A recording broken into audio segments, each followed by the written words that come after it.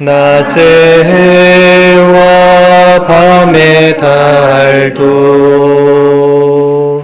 너를 해치 못하리.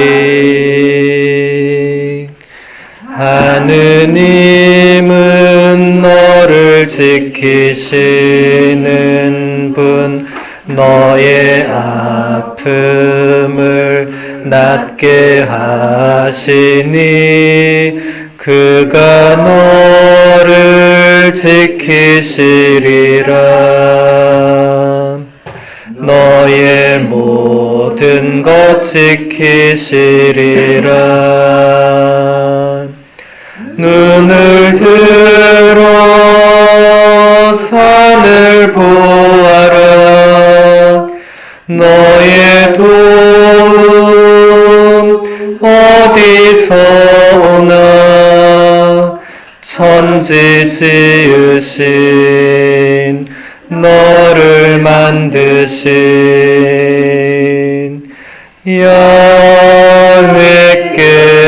야훼께로다.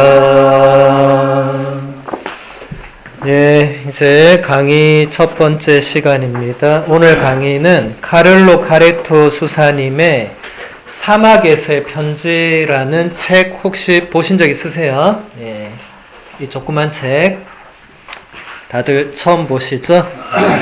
그럴 것 같아서 들고 왔습니다. 예, 11,000원이네요.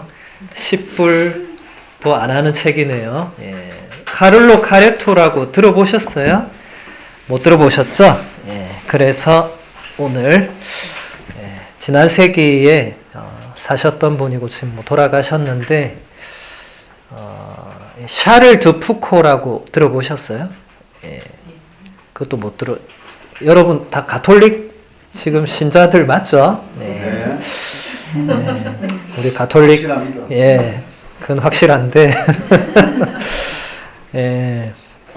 카를로 카레토, 이탈리아에서 태어나 교사로 일하다가 파시즘에 저항한다는 이유로 해임을 당했고 1946년부터 가톨릭 활동단체 아치오네 가톨리카의 청년부 회장으로 활동했으나 정치권 우파 세력과 결탁한 동료들에게 반발해서 회장직을 사임하고 그 뒤에 고뇌의 시기를 거친 그는 예수의 작은 형제회에 입회하여 사하라 사막에서 10년 동안 침묵과 고독 속에서 노동과 기도에 전념했습니다. 샤를 드 푸코 성인의 정신을 바탕으로 한 교회 개혁을 호소했으며 많은 영성서적을 저술했습니다. 카를로 카레토 수사님은 유명한 책을 많이 남겼어요. 주여 왜라는 강렬한 한 문장의 책도 우리에게 남기고 이 사막에서의 편지도 아주 유익한 내용을 많이 담고 있습니다. 이렇게 한글도 있고 영어도 있고 뭐 이태리어도 있고 다 있으니까 여러분들이 얼마든지 구입하셔서 보실 수 있는데 이 책의 한 부분을 우리가 첫 강의에서 한번 보도록 할게요. 관상기도라는 제목의 단락을 보도록 할게요. 하느님은 인간이 알 수 없는 분이십니다. 우리가 그분에 대해서 알고 있는 모든 것은 그분이 아니라 그분의 이미지나 상징 또는 그분을 떠올리게 하는 것일 뿐입니다. 오직 하느님만이 당신 자신을 아십니다. 그분은 인간에게 어디까지나 신비로 남아 계십니다. 그러나 하느님은 사랑 때문에 인간이 당신을 알게 하시고 또 당신을 인간에게 드러내시기로 정하셨습니다. 그리고 그것은 우리가 말로 표현할 수 없는 초자연적인 방식으로 이루어집니다. 그분의 계시적 활동에 순응하는 사람이라도 그것을 온전히 표현할 방법은 없습니다. 그저 그것을 체험하며 살아갈 뿐입니다. 기도하는 법을 배우고자 하는 사람은 이 사실을 꼭 기억해야 합니다. 자, 첫 번째 문장. 하느님은 인간이 알 수 없는 분이시죠. 이것은 여러분들이 동의하거나 동의하지 않거나 상관없이 진리입니다. 하느님은 우리가 제대로 알 수 있는 그런 사물이나 어떤 존재 자체나 이런 차원을 넘어서 계신 분이죠. 우리가 하느님을 안다고 표현하면 그것은 곤란하죠. 하느님을 잘 안다고 표현하는 사람들이 있죠. 사이비 교주들. 굉장히 잘 알고 가깝고 막 이런 표현들 하잖아요. 예. 그 표현 자체가 문제가 있어요. 본인이 하느님을 얼마나 잘 아는지는 잘 모르겠지만 하느님은 그런 차원이 아니죠. 여러분이 친구를 잘 아는 그 차원이 아니에요. 우리는 그분에 대해서 마지막까지 잘 모른다고 말해야 그게 정상이지. 신부님, 제가 기도를 한 30년 했더니 이제 하느님을 알 것 같습니다. 그 위험한 거예요. 엉뚱한 거 쫓고 있는 거예요.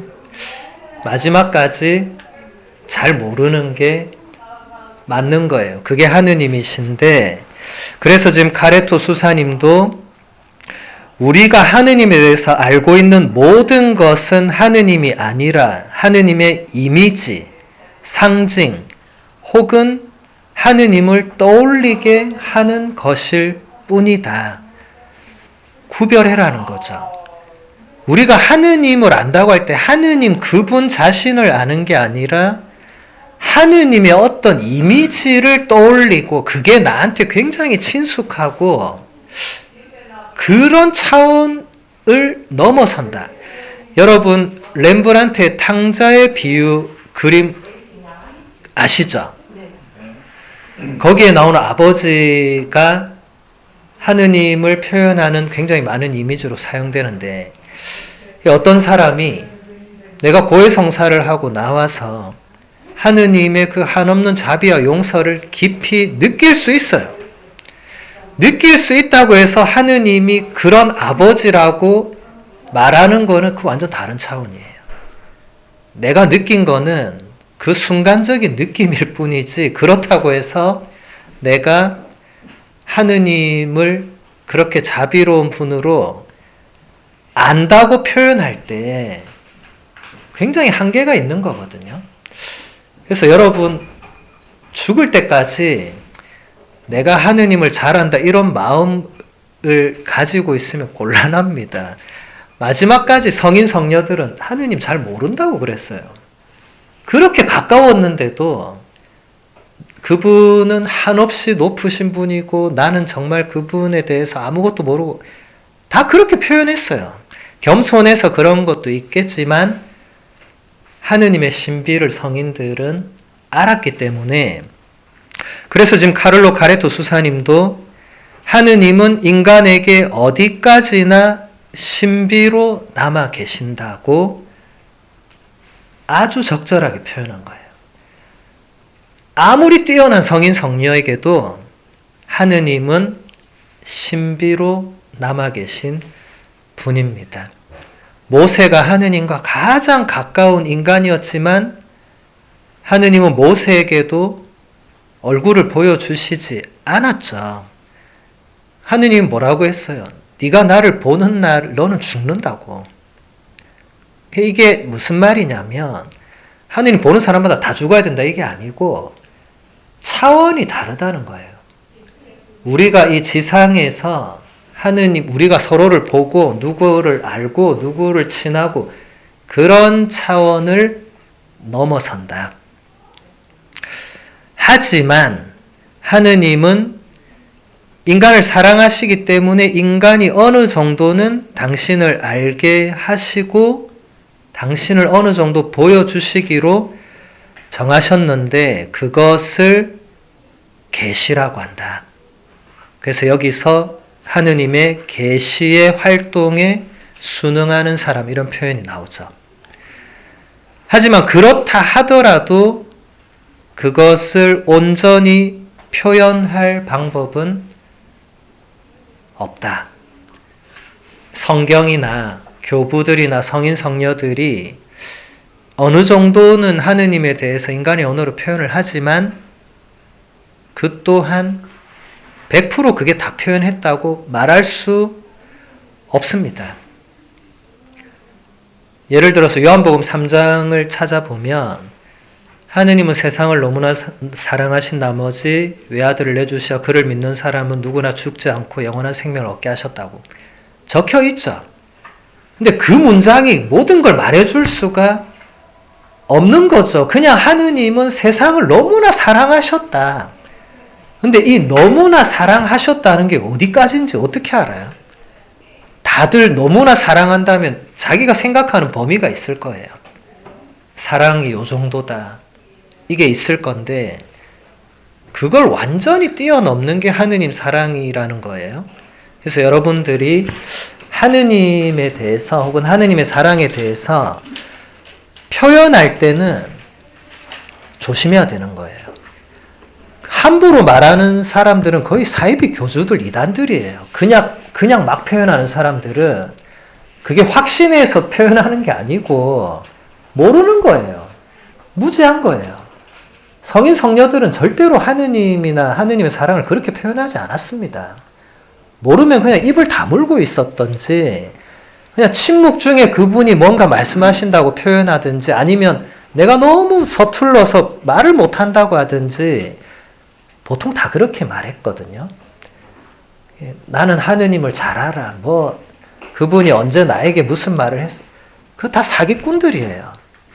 그렇게 확신에 차서 막 표현하는 거는 저 사람 사기치는구나.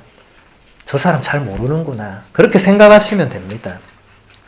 근데 이것이 기도하는 법을 배우고자 하는 사람도 이것을 반드시 기억해야 됩니다.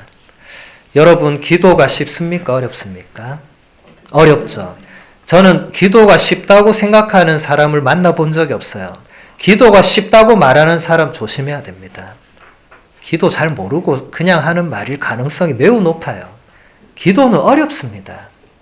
왜 그러냐면 대상이 하느님인데 하느님이라는 그 대상을 우리가 마지막까지 알 수 없는데 그분과 어떤 대화를 나누려고 애를 써야 되는 이게 어떻게 쉬운 일입니까? 이게 세상에서 가장 어려운 일이죠.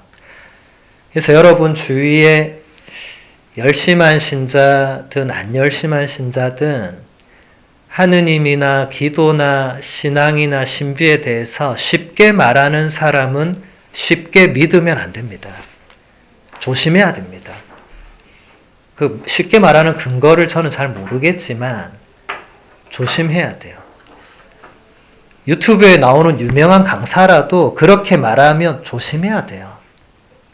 얼마나 알고 있길래 저렇게 말하는지 그거 아무도 모르는 거거든요. 이렇게 뛰어난 영성가들도 표현할 때는 그렇게 표현 못합니다. 잘 모른다, 어렵다 이렇게 하는 거예요.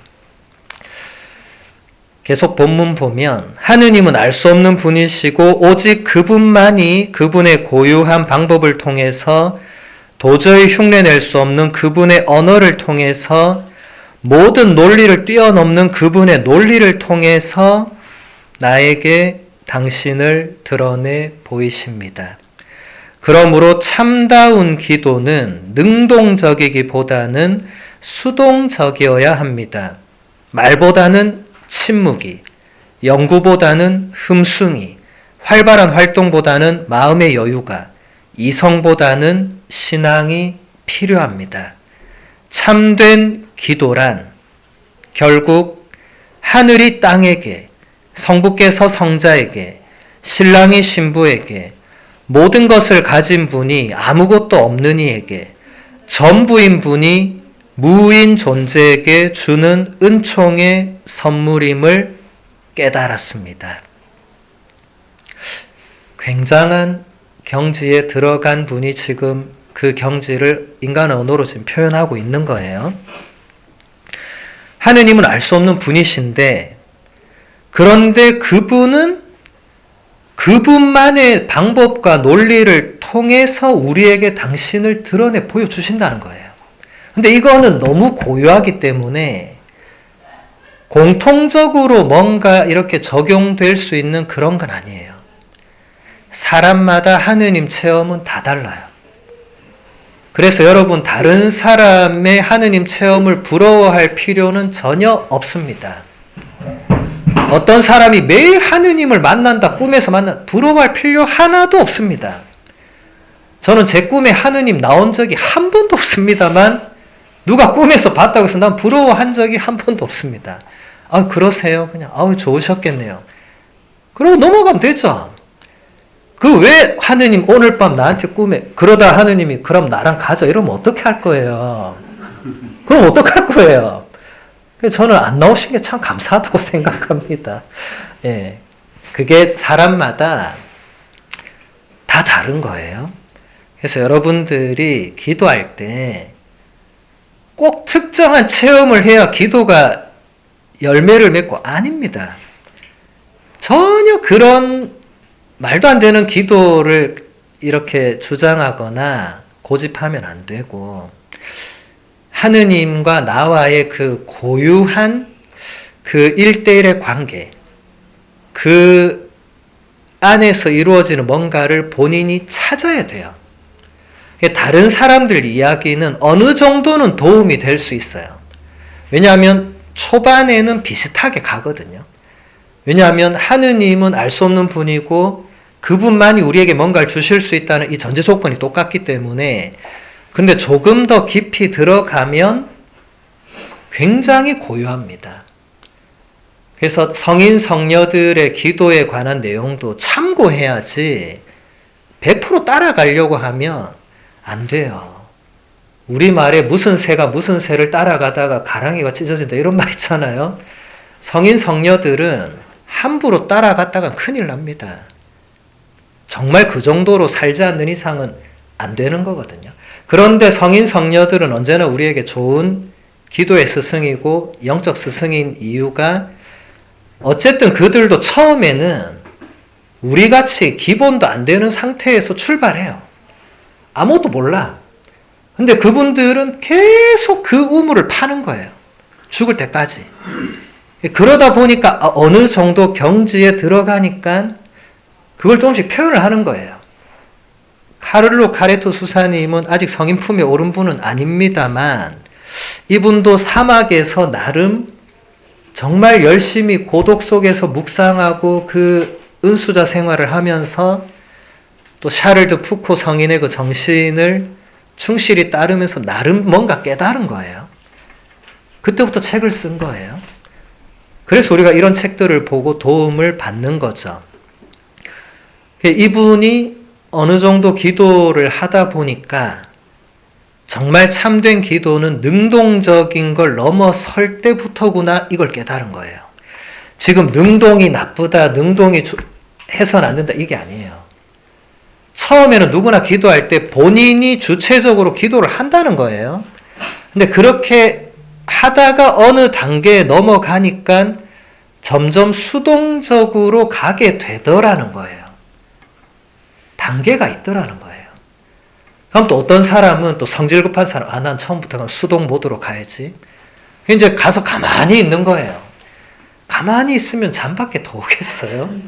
그러다 자다 오는 거예요. 물론 프란치스코 교황님은 그것도 좋다고는 하셨어요. 안 하는 사람보다 나으니까. 그렇지만 단계라는 거는 그 스텝 바이 스텝을 해야지 원 스텝을 뛰어넘고 투 스텝 이렇게 안 되는 거예요. 여러분 세상 일도 그렇고 다 순서대로 고생도 그렇잖아요.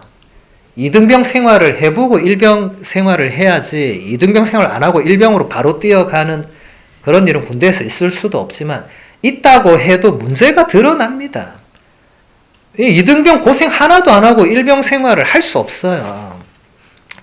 기도도 마찬가지입니다. 영적 생활도 그 단계에 겪는 뭔가를 본인이 체험을 해야 다음 단계로 갈 수가 있지. 주님 저는 빨리 다음 단계로 바로 좀 넘어가고 싶습니다. 안 돼. 그렇게 안 됩니다. 그래서 여기서 보면 말보다는 침묵이 더 중요하다. 근데 그렇다고 해서 말을 하지 말라고 하지 않습니다. 여러분 처음에 기도할 때는 말해야 됩니다. 하느님 저 왔습니다. 말해야 돼. 그리고 하느님한테 내가 하고 싶은 말 해야 돼. 근데 그런 단계들이 어느 정도 지나면은 말 안 해도 그분이 원하는 걸 조금 알아듣는 단계에 가게 돼 있어요. 근데 그 단계까지 가려면 하느님한테 열심히 어린애처럼 보채는 단계도 있어야 되는 거예요. 그런 거 없이 그냥 바로 나는 어른스럽게 말 안 해, 이제 가만히. 그분도 말 안 해, 나도 말 안 해. 물론 그 단계까지 간 사람은 가능하겠지만 우리는 그 단계를 밟아야 됩니다. 그래서 기도란 것은 결국 모든 것을 가진 분이 아무것도 없는 이에게 주는 선물, 전부인 분이 무인 존재에게 주는 그런 선물이라는 것을 카레토 수사님도 굉장히 뒤늦게 깨달은 거예요. 근데 그전에는 열성적으로 기도한 거예요. 여러분 지금 하는 모든 기도들, 묵주기도, 여러분이 하는 모든 그 기도들은 그렇게 해야 됩니다. 근데 그렇게 하면서 언젠가는 다음 단계로 가게 되어 있다는 거예요. 성급하게, 특히 한국 사람들은 성질이 급하니까 이게 영성생활에서는 좋지 않습니다. 많은 성인 성녀들이 가장 경계한 것은 조급함이었거든요. 그리고 영적 교만. 이 두 개만 조심하면 된다고 했어요. 근데 한국 사람들은 이 두 개에 많이 걸려 넘어져요. 영적 허영심, 조급함. 왜냐하면 우리가 한국 사회 또 한국인 기질이 이 급한 게 있어요. 어쩔 수 없어요. 우리 핏줄에 이 빨리빨리가 새겨져 있는 것 같아요. 우리 느리면 복장이 터져요. 막. 이 빨리빨리 이게 해결이 안 되면 사람이 미치고 환장하잖아요. 근데 영성생활에서는 그렇게 하면 안 되는 거예요. 하느님의 주특기 다 아시죠? 침묵. 그분은 바로 답을 안 주세요. 근데 그렇다고 내가 성질내고 복장이 터진다고 해도 그분은 답을 안 줍니다. 이유가 있겠죠. 선물이라는 단어를 여러분들이 이번 피정에서 한번 생각해 보면 좋겠습니다. 기도가 선물이다. 지금 여기 계신 분 중에 그렇게 생각하는 분이 계시다면 이게 무슨 말인지 카레토 수사님의 의도를 정확하게 느끼고 계실 거고, 한 번도 그렇게 생각해 보지 않은 분들은 이번 피정을 기점으로 기도가 선물이라는 게 무슨 말일까? 한번 생각해 보세요. 내가 뭘 청하러 갔는데 지금 카레토 수사님은 그런 거 다 떠나서 기도 자체가 지금 선물이라고 표현하는데 이게 무슨 말일까? 우리가 아까 드렸던 미사, 오늘 저녁에 할 저녁기도, 묵주기도, 성시간 이런 게 다 선물이라고 하는데 여러분 선물이 뭐죠? 선물? 누군가가 내 마음을 담아서 주는 거잖아요. 선물 안에 담겨 있는 게 있는 거예요. 선물 안에는 반드시 주는 사람의 마음이 담겨 있습니다. 여러분 선물이라는 단어 잘 묵상해 보세요. 왜 카레토 수사님이 기도를 선물이라고 했을까? 이것은 이제 인식의 전환을 말하는 거거든요. 우리가 이때까지는 기도는 항상 나의 입장에서 하느님한테 따지러 가든 청하러 가든 도움을 뭐 하든 어쨌든 내 입장에서 갔어요. 근데 지금 카레토 수사님은 선물이라는 단어를 던지면서 주는 사람의 마음을 생각해봐라. 하느님께서 우리에게 뭔가를 주시고자 한다는 거예요. 뭘 주실 건지를 생각해보고 그 마음을 한번 묵상해봐라. 무조건 가서 하느님 이거 해주세요. 왜 어제 이거 안 해줬어요? 왜 요즘 나한테 왜 이러세요? 이렇게 하는 것도 좋은 기도지만 한 번은 우리가 기도가 선물이라는 그 의미를 생각해보면 좋겠다. 그 다음 본문 볼게요. 주님, 제 마음은 오만하지 않고 제 눈은 높지 않습니다. 저는 거창한 것을 따라 나서지도 주제넘게 놀라운 것을 찾아 나서지도 않습니다. 오히려 저는 제 영혼을 가다듬고 가라앉혔습니다. 어미 품에 안긴 젖된 아기 같습니다. 저에게 제 영혼은 젖된 아기 같습니다. 바로 이것이 기도의 가장 높은 단계입니다. 하느님의 품에 안긴 어린 아기가 되는 것, 침묵하는 것, 사랑하는 것, 누리는 것.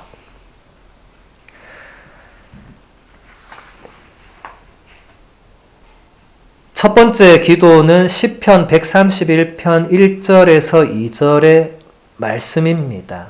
시편 9절이죠. 여러분, 시편은 예수님도 직접 하신 기도입니다.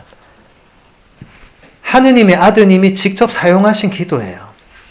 그래서 여러분, 기도를 모르는 사람은 시편으로 기도하시면 됩니다. 시편으로 기도한다는 거는 다른 거 없고 그냥 시편을 펼쳐놓고, 그게 150편이 있거든요. 그 어느 편이든지 읽으면서 그걸로 기도하면 됩니다. 그게 전부 기도거든요. 그 안에 모든 내용이 있습니다. 하느님께 드리는 감사, 찬미, 탄원, 불평, 원망, 회심, 참회, 모든 게 다 있어요.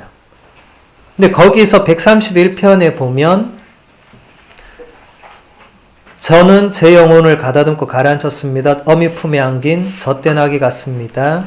저에게 제 영혼은 젖된 아기 같습니다. 라는 이 짧은 구절이 기도에서는 최고의 단계에 있는 기도다, 이게. 여러분이 기도하러 갔는데 여러분이 하느님 앞에서 여러분 자신이 어린 아기라고 느낀다면 이건 최상의 단계로 간 거예요. 그러면 그 다음에 하는 것은 그냥 하느님의 품에 안겨있는 아기가 되는 것.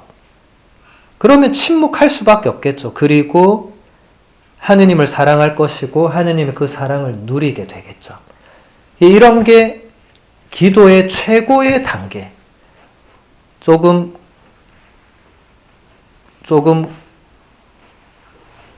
공식적인 표현을 쓰면 관상이라고 표현하는, 영어로 contemplation이라고 하죠. 라틴어 contemplati오라고 하는데 이게 라틴어로 꼰하면 함께 있는 거예요. 영어로 temple 하면 뭐예요? 성전이잖아요. 그죠? 하느님과 함께 있는 걸 말하는 거죠. 관상이라는 게 거창하게 뭘 꿰뚫어 보고 이런 거 아니고 하느님과 함께 있는 건데, 하느님과 함께 있는 것 중에서도 정말 어린 아기가 어머니 품에, 엄마 품에 안겨있는 그런 상태로 함께 있는 게 최상의 단계다. 이건 가레토 수사님이 말한 것일 뿐만 아니라 시편에 나오는 구절이니까 많은 성인 성녀들이 추구했던 기도의 최상의 단계겠죠. 프란치스코 교황님이 성체조배 때 자도 된다고 했던 표현은 이런 걸 염두에 두셨을 거예요. 그냥 가서 자라 이게 아니고, 어린 아기가 엄마 품에 안겨있으면 잠들잖아요. 근데 엄마가 얼마나 그 잠든 아기를 사랑스럽게 바라보고 있습니까? 우리가 기도할 때 하느님 품 안에서 그렇게 하느님의 사랑 가득한 눈빛을 받으면서 잠들어 있을 수 있다면 그거야말로 인간이 갈 수 있는, 죽지 않고 지상에서 최고의 단계라고 할 수 있겠죠. 그래서 여러분들이 기도하러 가면 하느님께 할 말도 많을 거고 뭐가 많겠지만 이런 것을 한번 추구해 보는 것도 좋다. 기도라는 게 정해진 기도문을 외우고 성가를 부르고 묵주를 사용해서 기도하고 다 좋아요. 모든 기도는 좋은 겁니다. 가톨릭 교회가 공식적으로 인정하고 가르치는 모든 기도는 좋은 거예요. 그런 것을 통해서 점점 하느님과 나와의 그 관계를 이제 만들어 나가는데 대부분 가톨릭 신자들은 그 관계를 물어보면 막연해요. 신부님, 저는 하느님이 대단히 막연하게 느껴집니다. 한 번도 구체적으로 느껴지지 않았고 그냥 기도하러 가도 뭐 그냥 막연하고. 그 왜 그렇게 했어요? 잘 모르니까 그렇죠. 여러분 아무것도 모르는 상태에서 시험 치러 갔다고 생각해 봅시다. 어디 뭐 제가 이태리에 처음 가서 이태리어 시험 치러 갔을 때처럼 이태리어의 ABCD를 모르고 시험 치러 갔어요. 문제지를 딱 받았어요. 검은 건 글씨고 흰 건 종이더라고요. 막연하죠. 빵점 맞고 돌아왔어요. 하느님이 우리한테 그렇게 다가오는 경우가 많은 거예요. 모르니까. 우리가 하느님의 ABCD를 모르니까 하느님이 뭐라고 나한테 지금 쓰셨는데 뭔 말인지 모르겠으니까 막연한 거죠. 그래서 여러분 성경도 그냥 읽으면 뭔 말인지 알 길이 없습니다. 그게 3000년 전에 히브리어로 쓰여졌고 2000년 전에 그리스어로 쓰여졌어요.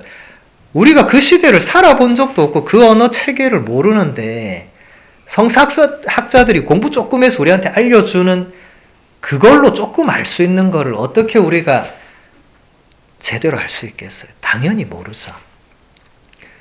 그래서 여러분 성경 공부하는 거잖아요.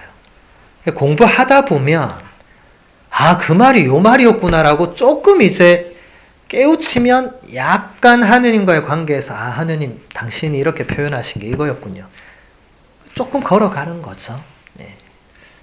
그런 여정을 우리가 가고 있기 때문에 막연하다는 것은 어찌 보면 당연한 일입니다.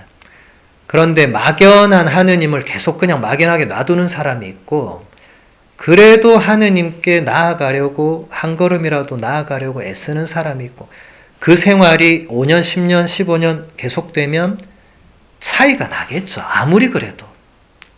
아무리 뭐 별 차이 없다 해도 저는 다르다고 생각하거든요.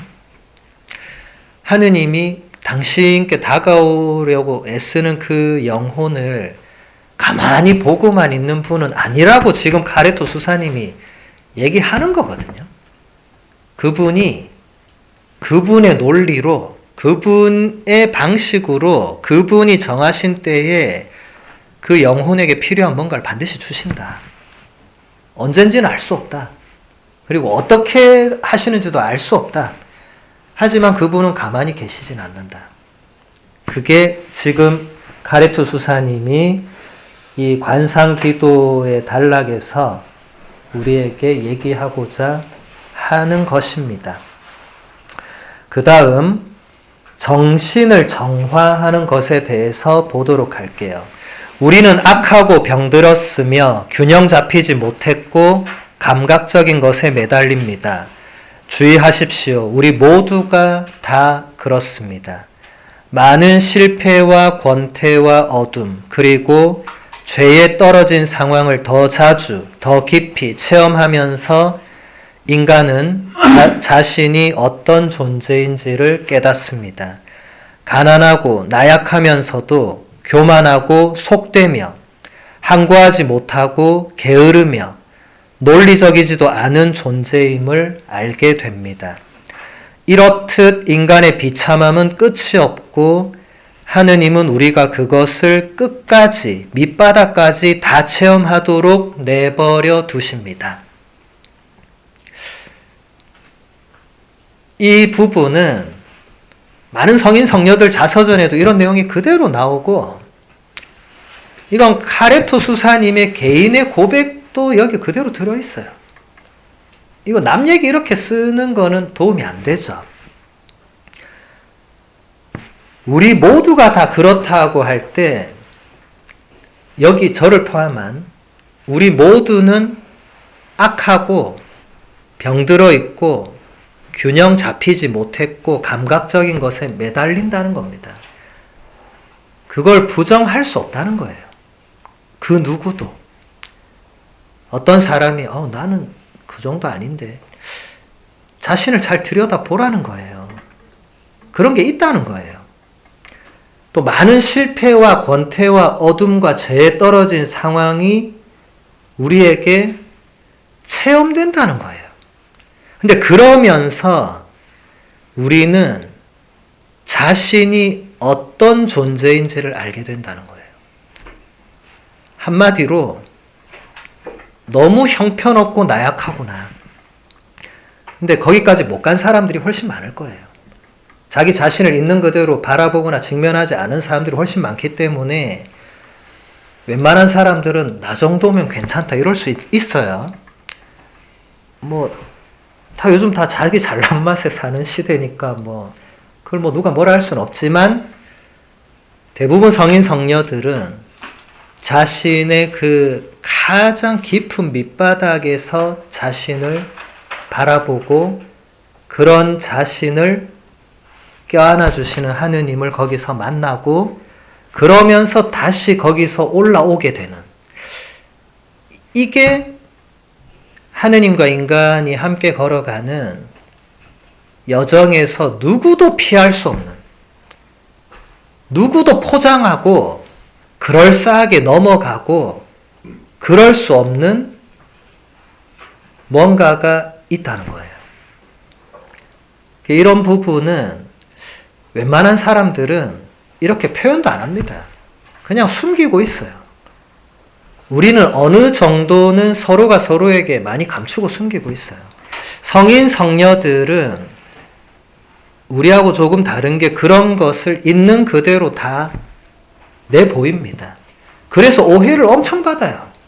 성인 성녀들은 그 시대 사람들한테 미쳤다는 소리는 기본적으로 듣고 박해받고 이렇게 막 따라오던 사람들이 어느 날 다 그냥 등 돌리고 이런 일은 그냥 다반사로 일어나는, 왜 그렇겠어요? 감당이 안 되는 거예요. 사람들이 처음에는 따라갑니다. 근데 조금 더 들어가니까 자기를 자꾸 꺼내야 되는데 안 되겠거든. 떠나는 거죠. 베드로가 예수님 처음 만났을 때를 한번 떠올려 볼게요. 갈릴리아 호수에서 밤새도록 그물을 쳤는데 단 한 마리를 못 잡았어요. 밤이 샜어요. 아침이 되었는데 예수님이 저쪽에 가서 그물을 쳐라고 했어요. 루카복음서 5장에 그대로 나옵니다. 그 말을 듣고 얼마나 기가 찼겠어요. 밤에 저쪽에 안 던졌겠어요? 그런데 던졌어요. 근데 고기가 너무 많이 걸려가지고 그물을 끌어올릴 수가 없는 지경이 된 거예요. 아니 어제 그래 던질 때는 무슨 불가사리도 안 걸리더니 이게 뭐지 도대체? 그 베드로가 가자마자 예수님 앞에 무릎 꿇고 뭐라고 했습니까? 아유 선생님 너무 감사합니다. 우리 가족 한 달치 양식을 주셔서 너무 감사합니다. 이렇게 했어요. 뭐라고 했습니까? 네, 주님 저에게서 떠나 주십시오. 저는 죄 많은 사람입니다. 이게 우리 모습이에요. 이게 우리예요. 예수님 따른다 하다가 탁 보는 순간 아이고 예수님 저는 요 정도만 할 테니까 나 더 이상 나를 붙들지 마세요. 그냥 성인 성녀들하고 그렇게 하시고 저는 요 정도 하겠습니다. 하고 싹 빠지죠. 우리의 모습입니다. 그래서 여러분 자신을 있는 그대로 바라보는 게 세상에서 가장 힘들고 어려운 일이에요. 그리고 자신의 그 엄청난 비참함을 고백하는 건 더 어려운 일입니다. 아무 데서나 고백도 못해요. 그래서 사람들이 유언장에 써놓기도 해요. 너 꼭 나 죽고 난 보라고. 그래도 훌륭한 거예요, 그 사람은. 누군가에게 그래도 내가 이렇게밖에 안 됐다고. 근데 살아있을 때 그런 거 적은 사람들은 대단한 사람입니다. 아우구스티노 성인 같은 분 있죠. 그분이 고백록 썼잖아요. 그 뒤로 아무도 고백록을 못 썼어요. 왜냐하면 그 고백록을 읽어보니까 이렇게 쓸 수가 없는 거예요. 그렇게 나를 다 까발리고는 사람이 어떻게 살겠어요. 그게 우리의 한계인데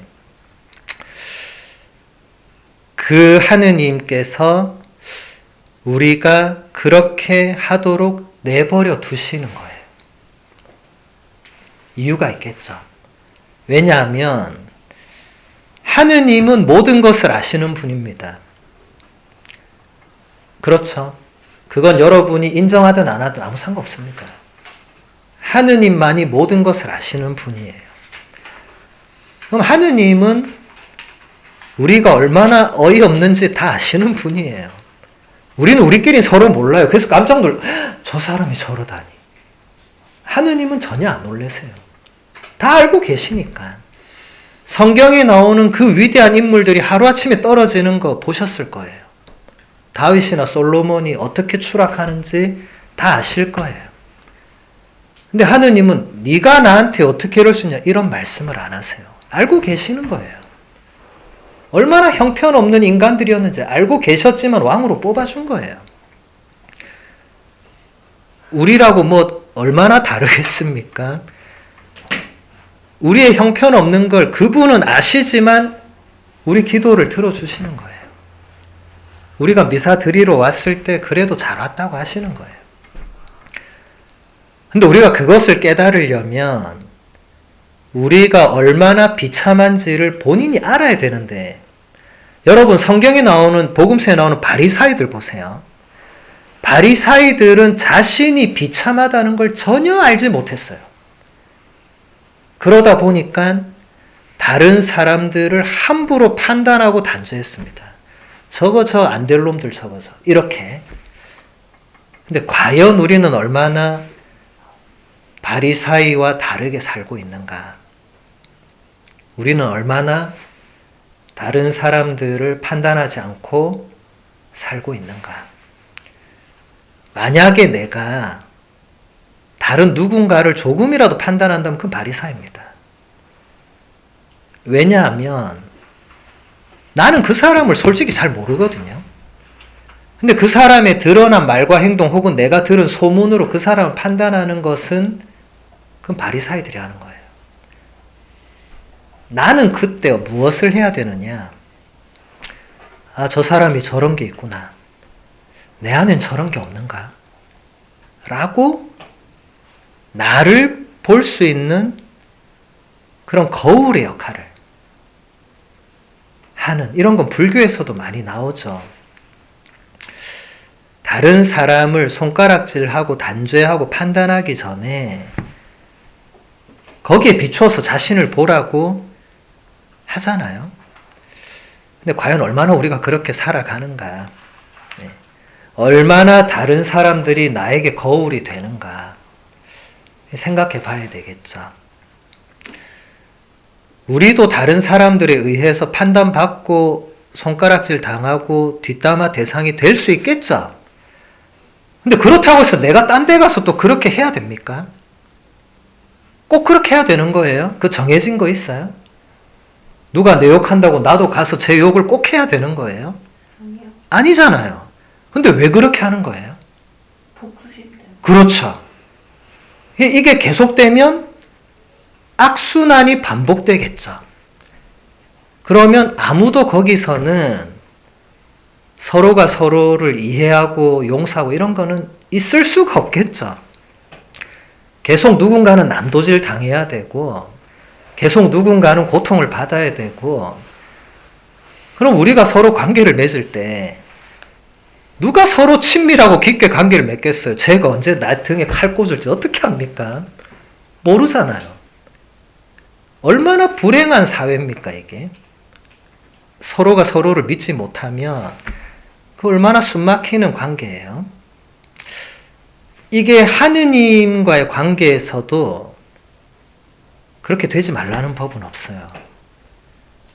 하느님은 모든 것을 아시는데 우리가 나를 제대로 알지 못하고 그분과 함께 계속 길을 간다?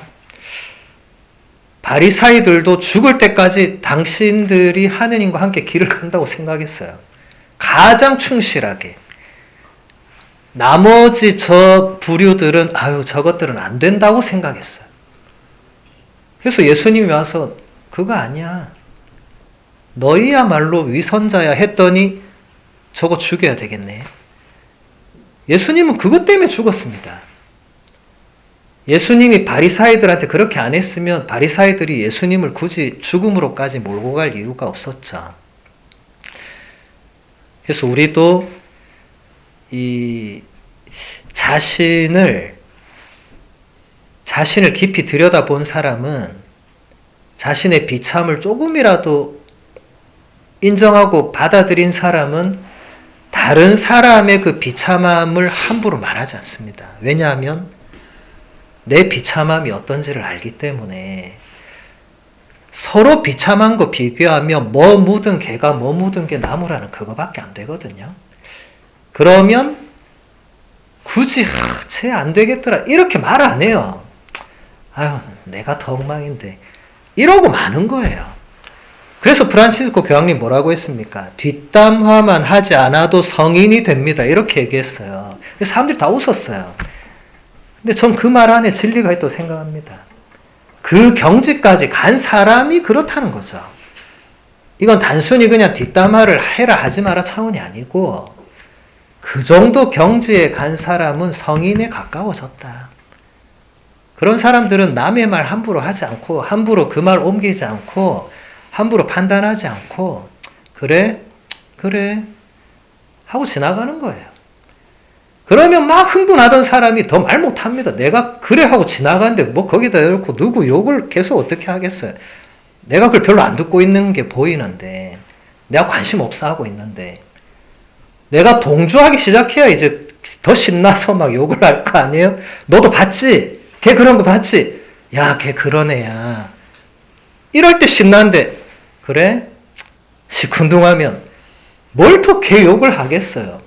아 얘는 걔 안 싫어하나 보다 이러고 갈 거 아니에요. 그죠?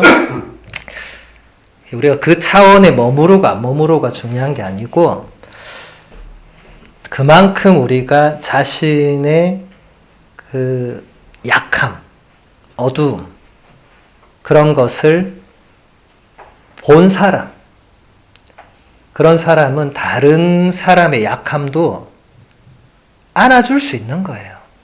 쟤도 참 약하구나. 굉장히 강한 줄 알았는데 아니었구나. 라고 받아줄 수 있죠. 우린 그런 사람이 필요합니다. 그런 사람이 있어야 됩니다. 그냥 나를 좀 있는 그대로 받아줄 수 있는 그런 사람이 있어야 됩니다.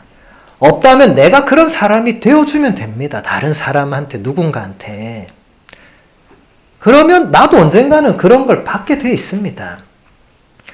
관계라는 게 그렇습니다. 일방적일 수가 없거든요. 일방적인 관계는 오래 갈 수 없습니다.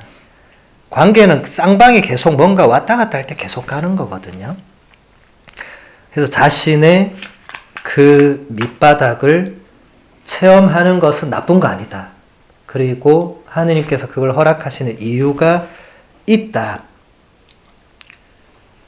그 다음 한 문단 더 보면 숨어 있지만 어떤 것보다 더 큰 죄가 있습니다. 그것은 독이 들어있는 수액처럼 인간 존재에 깊이 스며들어서 삶을 온통 병들게 하는 마음의 자세입니다.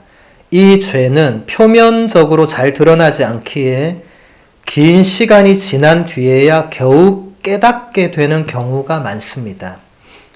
우리가 보통 죄라고 느끼며 고백하는 것들보다 훨씬 더 심각한 것입니다. 그것은 마치 공기처럼 우리의 일상을 감싸고 있으면서 전반적인 우리의 행위에 영향을 미치는 내적인 태도입니다. 그것은 뿌리 뽑기 힘들 만큼 깊이 숨어 있는 나태, 비열함, 거짓, 허영심 등입니다. 이것은 심지어 기도 안에까지 숨어 있습니다. 굉장히 구체적이고 적나라하게 우리 정신의 정화에 대해서 지금 카레투 수사님이 얘기하고 있는데 숨어 있다는 이게 중요한 거예요. 이런 것들이 여기 지금 몇 가지 나열 안 했지만 잘 보세요. 뿌리 뽑기 힘들 만큼 깊이 숨어 있는 나태함, 비열함, 거짓, 허영심 이런 게 우리 안에 숨어 있다는 거예요. 우리 안에. 바리사이들은 그런 것을 숨겨놓고 덮어놓고 다른 사람을 손가락질했어요. 그래서 예수님이 이 위선자들아라고 했어요. 우리 안에 있다는 거예요. 그런데 이것은 여기 지금 카레토 수사님 잘 표현한 것처럼 인간 존재 안에 깊이 스며들어 있어서 삶을 병들게 하는 마음의 자세들이고 이것은 잘 드러나지 않아서 보통은 많은 사람들은 깨닫지도 못한다고. 그냥 살아간다는 거예요. 그런데 사실 이것은 우리가 일상적인 고해성사 안에서 고백하는 죄들보다 훨씬 더 심각한 거라고. 여러분, 병들어 있는 사람이 자기가 병들어 있다는 걸 모르면 그건 심각하죠. 왜냐하면 치료를 안 할 거 아니에요. 치료받을 필요가 없다고 느낄 거 아니에요. 근데 우리가 내적으로 그렇다면 심각하죠. 내가 내적으로 병들어 있는데 아우 신부님 저는 괜찮아요. 뭐 저는 이 정도면 된 것 같은데 심각하다는 거예요. 심각하다는 거예요. 여러분 신앙생활 하면서 이 정도면 괜찮은 것 같은데 이런 생각 들면 내가 지금 이제 그때 장시무님 얘기한 심각 단계에 왔구나 라고 자가 진단을 한 뒤에 다시 어떤 피정을 가셔야 됩니다. 그리고 지도 신부님께 신부님 제가 좀 괜찮은 것 같은데요 이렇게 얘기하면 그 신부님이 괜찮은지 안 괜찮은지 이제 같이 짚어보면 되겠죠. 뭐가 괜찮은지 뭐가 안 괜찮은지. 그래서 영적인 식별이 대단히 중요하거든요. 왜냐하면 진짜 괜찮을 수도 있어요. 정말 요즘 열심히 살아서 조금 레벨업이 됐을 수도 있어요. 근데 그걸 본인이 결정하면 안 된다는 거예요. 본인이 판단하면 안 된다는 거예요. 영적 지도자한테 가서 식별을 받으라는 거예요. 이게 정말 레벨업인지 아니면 나 혼자 지금 붕 떠가지고 내 내면에 엉망된 거는 내가 전혀 못 보고 최근에 요즘 좀 열심히 했다고 지금 올라간 건지. 그건 허영이거든요. 허영. 여러분 허영심이라는 게 꼭 세상적으로 돈이 많고 잘 나가고 우리 아들이 유명한 대학에 있고 거기서만 오는 거 아닙니다. 기도 안에 있다고 하잖아요. 여러분 기도할 때 여러분이 무슨 기도하는지 한번 잘 보세요. 하느님한테 뭐라고 기도하는지 잘 보세요. 한번. 이런 게 숨어 있는지 안 숨어 있는지 한번 잘 보세요. 이번 피정 때. 오늘 성시간 때 여러분 자유기도 시간 드릴 때 여러분이 무슨 기도하는지 한번 잘 생각해보고 다른 사람 기도할 때도 잘 들어보세요. 뭐라고 기도하는지.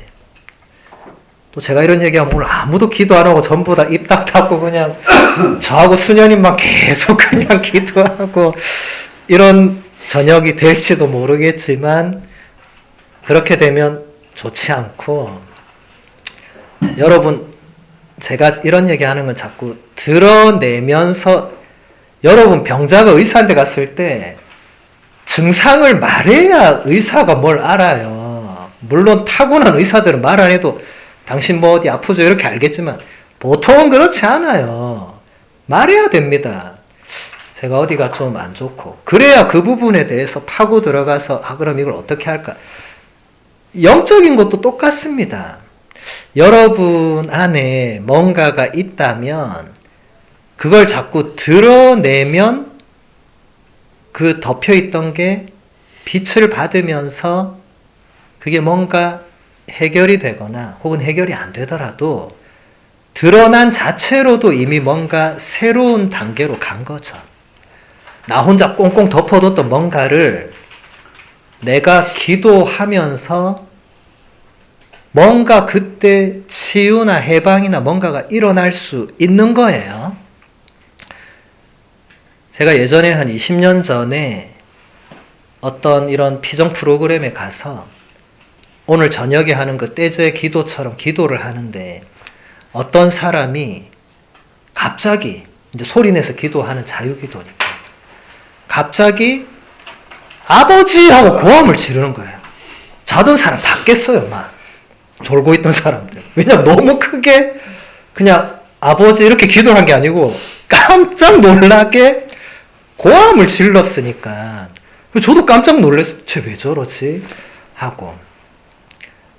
근데 그 사람이 그리고는 막 대성통곡을 하는 거예요.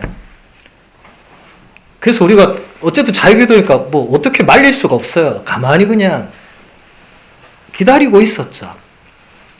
여러분 나중에도 누가 대성통곡하면 가만 말리면 안 됩니다. 뭐 대성통곡할 사람은 없겠지만 놔둬야 됩니다. 그것도 기도거든요. 그때 그 사람이 뭐라고 말했냐면 제가 30년 만에 하느님 당신을 처음으로 아버지라고 부릅니다. 이렇게 말했어요. 그래서 전 되게 놀랐어요. 아니 주님의 기도할 때마다 하늘에 계신 우리 아버지라고 하는데 쟤는 이때까지 주님의 기도를 안 했나? 그걸 말하는 게 아니죠. 하느님을 아버지라고 부를 수가 없었던 뭔가가 있었단 거예요. 그 뒤에 기도의 내용에 그런 게 나오더라고요. 어릴 때부터 친아버지에게 너무 폭행을 많이 당해서 자기는 아버지란 이름 자체를 입에 올릴 수가 없어서 하느님 아버지 넘어가고 하늘에 계신 우리 이름이 이렇게 했다는 거예요. 기구하죠. 그런데 그분이 그 기도를 하면서 그러니까 그 30년 동안 아버지를 부르지 못했던 그 모든 것을 담아서 꾹꾹 쌓아두고 덮어두고 아무에게도 말 안 했던 것을 그 자리에 모였던 모든 사람들 앞에서 아버지 하면서 이렇게 드러낸 거잖아요. 그 사람은 그날 이후로 적어도 이제는 하느님하고 넘어가 이렇게는 안 하는 거죠. 그래서 저는 그때 그 사건을 체험하면서 저렇게 드러내는 뭔가 안에 힘이 있구나. 아무도 저 사람한테 뭐 시키거나 뭐 그렇게 하지 않았는데 그냥 본인이 이렇게 하면서 본인이 대성통곡하면서 본인이 물론 하느님께서 그 사람에게 뭔가를 하신 거겠죠. 그 자리를 통해서 그걸 듣고 있는 우리를 통해서도 하느님이 뭔가를 하신 거겠죠. 근데 중요한 건 그 사람이 그것을 아무에게도 말하지 못했던 뭔가를 어쨌든 용기를 가지고 꺼낸 거잖아요. 그러니까 그걸 드러냈을 때 뭔가가 발생한 거죠. 그래서 여러분들 오늘 저녁에 성시간에 다 그렇게 하셔라 이 말씀을 드리고자 하는 게 아니고 우리 안에 숨겨져 있는 뭔가가 있고 그것은 드러낼 때야 변화가 일어날 수 있다. 안 그러면 계속 그게 우리 안에 그래서 여기서 말하잖아요. 뿌리 뽑기가 힘들다고. 이 가레투 수사님 얘기하는 거는 그냥 이론을 적는 게 아니고 이것은 본인도 어느 정도 체험을 한 거겠죠. 이렇게 표현을 하려면 본인이 내 안에 이런 영적 허영심이 있었구나라는 것을 본인도 어느 순간 느꼈겠죠. 그리고 이것을 뿌리채 뽑아 올린다는 게 얼마나 힘든가를 느꼈겠죠. 우리 내면을 정화한다는 게 그토록 힘든 거예요. 피정 한두 번 와서 총고에 한두 번 해서 해결될 거면 벌써 다 지금 다른 경지에 있어야 되겠죠. 그러지 않다는 거는 여전히 우리 안에 뿌리 뽑히지 못한 그리고 우리가 다 드러내지 못한 혹은 우리가 미처 깨닫지 못한 우리 안에 병들어 있는 그런 어떤 태도나 자세나 악습이 있다는 거예요. 이런 피정 때 그런 것을 찾아서 이런 피정을 통해서 하나씩 바꿔갈 수만 있다면 정말 복된 시간이 되겠죠. 그건 제가 아까부터 계속 얘기했지만 그건 여러분이 하는 일이지 제가 여러분한테 자 하나씩 꺼내보세요. 누가 꺼냅니까? 그렇게 한다고? 안 되죠. 그런 분위기는 제가 그냥 인위적으로 만들 수 있는 게 아니고, 그건 정말 여러 가지가 작용돼야 되겠죠. 그래서 아까 가레토 수사님이 은총의 선물이라는 표현을 쓰셨겠죠. 그게 인간적으로는 아무리 그렇게 하려고 해도 그 쉬운 게 아니니까. 아우구스티노가 고백록을 쓰기까지 뭐 쉬웠겠어요? 그거 쓰면은 인류 역사에 길이 남을 거라고 100% 확신은 못해도 어느 정도는 그분도 생각했을 건데 이게 쓰면 남는 건데. 그런데 썼잖아요. 그분은 이런 걸 다 썼거든요. 그래서 그 이후로 아무도 그 정도 고백록을 쓸 수가 없는, 그걸 읽은 사람은 그 이상의 고백록을 못 씁니다. 그 정도로 고백을 할 수가 없어요. 그 정도로 고백한 분들은 이제 다 성인들이 되는 건데, 그래서 여러분 이번 피정뿐만 아니고 앞으로도 피정이든 개인 성찰이든 고해 성사든 할 때 그냥 표면적으로 내가 저지른 뭐 그런 거 당연히 고백해야 되겠지만 그 안에 뿌리에 뭐가 있는가, 내가 왜 그렇게 말했을까, 내가 왜 그렇게 행동했을까의 그 뿌리에 뭐가 있는가, 근저에 뭐가 있는가를 성찰하는 게, 그게 양심 성찰의 그 깊은 단계거든요. 기본 단계는 내가 무엇을 양심을 어겼는가를 보는 거겠지만, 이제 더 깊이 들어가면 그 죄의 뿌리들, 우리 가톨릭 전통에도 7죄 종이란 게 있잖아요. 교만, 나태 쭉 있어요.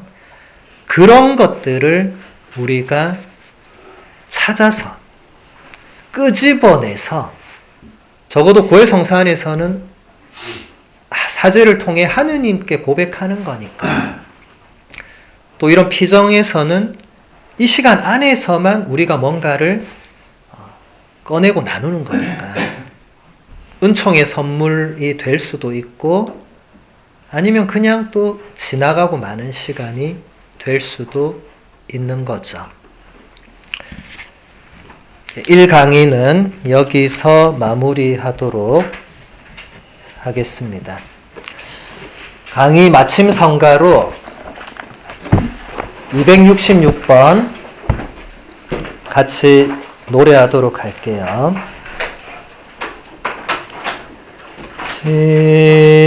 십자가의 신비로 이 세상 우리를 구원하신 분, 오 주여 가까이, 오 주여 가까이 나의 맘에 내려오시어, 죄 많은 인간이 무엇이기에 오 주여 이토록 돌보나이까.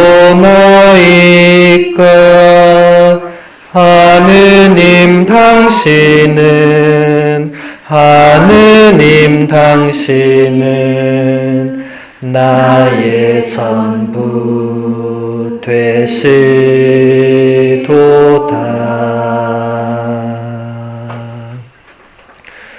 하느님 당신은 나의 힘, 나의 기쁨 되시니, 나는 하느님 당신의 몸, 가장 귀한 도구 되리라. 나의 주시여, 나의 하느님 당신은 나의 구세주. 하느님 당신은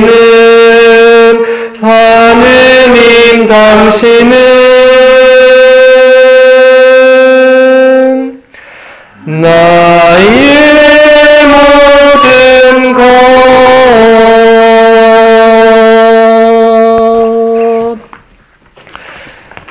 그러면은 이제 강의